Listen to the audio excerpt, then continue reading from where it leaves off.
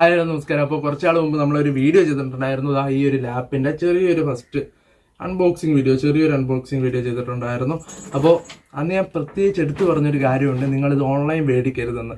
നിങ്ങൾ ഏതെങ്കിലും ഷോപ്പിൽ പോയി എക്സ്പീരിയൻസ് ചെയ്തതിന് ശേഷം മാത്രം പർച്ചേസ് ചെയ്യാന്നുള്ളതെന്ന്.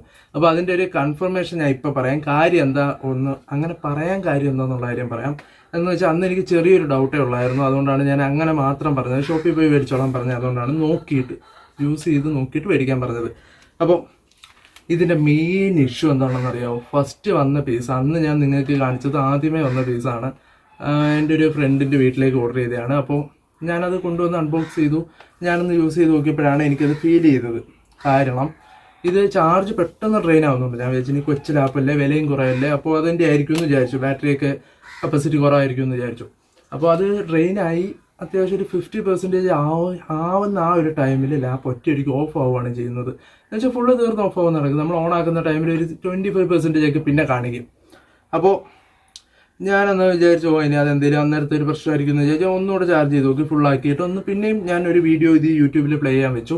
അപ്പോൾ അതും ഏകദേശം ഒരു 46-47 ഒക്കെ ആയപ്പോൾ ഓഫ് ആയിപ്പോയി. അതിൻ്റെ സ്ക്രീൻ റെക്കോർഡൊക്കെ എൻ്റെ കയ്യിലുണ്ട്. സ്ക്രീൻ റെക്കോർഡല്ല, വീഡിയോ ഞാൻ റെക്കോർഡ് ചെയ്ത് വെക്കുന്നത്.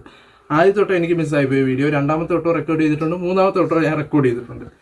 അപ്പോൾ നമ്മൾ റീപ്ലേസ്മെൻറ്റ് കൊടുത്തു. ടെക്നീഷ്യൻ വിസിറ്റ് അവർ പറഞ്ഞിട്ടുണ്ടായിരുന്നു റീപ്ലേസ്മെൻറ്റ് കിട്ടാൻ വേണ്ടിയിട്ട്. അപ്പോൾ ടെക്നീഷ്യൻ വിസിറ്റ് പറഞ്ഞത് 20-ാം തീയതി ആണെന്ന് തോന്നുന്നു. അന്ന് ടെക്നീഷ്യൻ വന്നിട്ടില്ലായിരുന്നു. അതിനുശേഷം നമുക്ക് ഫ്ലിപ്കാർട്ട് തന്നെ ഇനിഷ്യേറ്റീവ് എടുത്തിട്ട് അവർ റീപ്ലേസ് കൊടുത്തു. നമുക്ക് സാധനം വന്ന് ഫ്ലിപ്കാർട്ട് നല്ല സപ്പോർട്ടായിരുന്നു കേട്ടോ.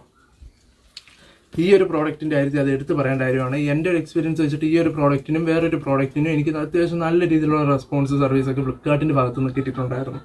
ഫാസ്റ്റ് ആയിട്ടുള്ള റെസ്പോൺസ്. അപ്പോൾ നമ്മൾ ഈ പ്രോഡക്റ്റ് റീപ്ലേസ് ചെയ്തു. ഒരു ബ്രാൻഡ് ആകുമ്പോൾ അത്യാവശ്യം ഒരു 1000-ൽ പ്രോഡക്റ്റൊക്കെ ഡാമേജ് വരും. ഒരു 1000-ൽ എന്ന് വിചാരിച്ചു. അപ്പോൾ ഞാൻ അതുകൊണ്ടാണ് വീഡിയോയിൽ വേറൊന്നും പറയാൻ ഞാൻ അന്നേരം ഞാനത് എക്സ്ട്രാ നിങ്ങൾക്ക് കൺഫർമേഷൻ ഇല്ലാതെ പറയുന്നത് ശരിയല്ലല്ലോ. ഒരു ബ്രാൻഡിനെ നമ്മൾ മോശപ്പെടുത്തുന്നത് ശരിയല്ല. ഓക്കെ, അപ്പോൾ ഞാൻ അന്ന് നിങ്ങൾക്ക് ഇത് കാണിച്ചില്ലല്ലോ, ഈ ഒരു ചാർജർ. അത് ഞാൻ മനഃപൂർവ്വം കാണിക്കാൻ ഞാൻ അതിനെ കുറിച്ചിട്ടും പറയാം. അപ്പോൾ ഒരു ബഡ്ജറ്റിൽ അത്യാവശ്യം നല്ല നല്ല സ്പെക്കല്ല, അത്യാവശ്യം ഒരു ആവറേജ് ആവശ്യത്തിനുള്ള സ്പെക്കുകളൊക്കെ വരുന്നുണ്ട്. അത്യാവശ്യം വേണ്ടുന്ന എല്ലാ കാര്യങ്ങളും ഇതിൽ വരുന്നുണ്ട്. നല്ല ഡിസ്പ്ലേ ആണ്, നല്ല സ്പീഡുള്ള SSD ആണ് യൂസ് ചെയ്തിരിക്കുന്നത്. അത്യാവശ്യം നല്ല ഒരു ഡിസൈനും കാര്യങ്ങളൊക്കെയാണ്. അത് നിങ്ങൾക്ക് കണ്ടാൽ തന്നെ മനസ്സിലാവും. നല്ല ഡിസൈനൊക്കെയാണ് യൂസ് ചെയ്തിരിക്കുന്നത്. അപ്പോൾ കുഴപ്പമൊന്നുമില്ല, വേറെ കാര്യങ്ങളും കുഴപ്പമൊന്നുമില്ല. അപ്പോൾ രണ്ടാമത്തെ പീസും വന്നു. ഇതേപോലെ തന്നെ ഞാൻ യൂസ് ചെയ്ത് നോക്കി. ആദ്യമേ അവർ നമ്മൾ ചോദിച്ചായിരുന്നു നിങ്ങൾ അപ്ഡേറ്റ് ചെയ്തിട്ടുണ്ടായിരുന്നു എന്ന്. ചിലപ്പോൾ അപ്ഡേറ്റ് ചെയ്തതിൻ്റെ ആയിരിക്കും എന്ന് പറഞ്ഞു. അപ്പോൾ നമ്മൾ ഇപ്രാവശ്യം അപ്ഡേറ്റ് ചെയ്യാതെ തന്നെ യൂസ് ചെയ്ത് നോക്കി. ഇനിയിപ്പോൾ അവർക്കൊരു വിഷമം പറഞ്ഞല്ലോ.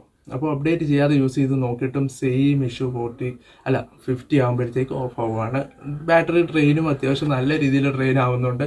നമ്മൾ സിമ്പിളായിട്ടുള്ള യൂസാണ് ചെയ്യുന്നത്. അപ്പോൾ തന്നെ ഞാൻ കൺഫേം ചെയ്തതാണ്, ഒരു വീഡിയോ ചെയ്തേക്കാം. എന്തായാലും ഈ ഒരു പ്രോഡക്റ്റ് അവർ ഇത്രയും മോശമായിട്ടുള്ള ആഫ്റ്റർ സെയിൽ സർവീസ്, ഫ്ലിപ്കാർട്ടിൻ്റെ കാര്യമല്ല പറയുന്നത്, ഈ ഒരു ബ്രാൻഡിൻ്റെ കാര്യമാണ് ഞാൻ പറയുന്നത്. ഫ്ലിപ്കാർട്ട് ഇപ്പോഴും നമ്മളെ വിളിച്ചിട്ട് അത്യാവശ്യം നല്ല രീതിയിൽ സംസാരിക്കുന്നുണ്ട്, കാര്യങ്ങളെല്ലാം ചെയ്യുന്നുണ്ട്. അപ്പോൾ അവർ പറഞ്ഞിട്ടുണ്ട് ഈ 31-ാം തീയതി ടെക്നീഷ്യൻ വിസിറ്റ്, രണ്ടാമത്തെ റീഫണ്ടിനുള്ളത് റിട്ടേൺ വിത്ത് റീഫണ്ടാണ്. അപ്പോൾ അതിൻ്റെ ടെക്നീഷ്യൻ വിസിറ്റ് 31-ാം തീയതി പറഞ്ഞിട്ടുണ്ടായിരുന്നു.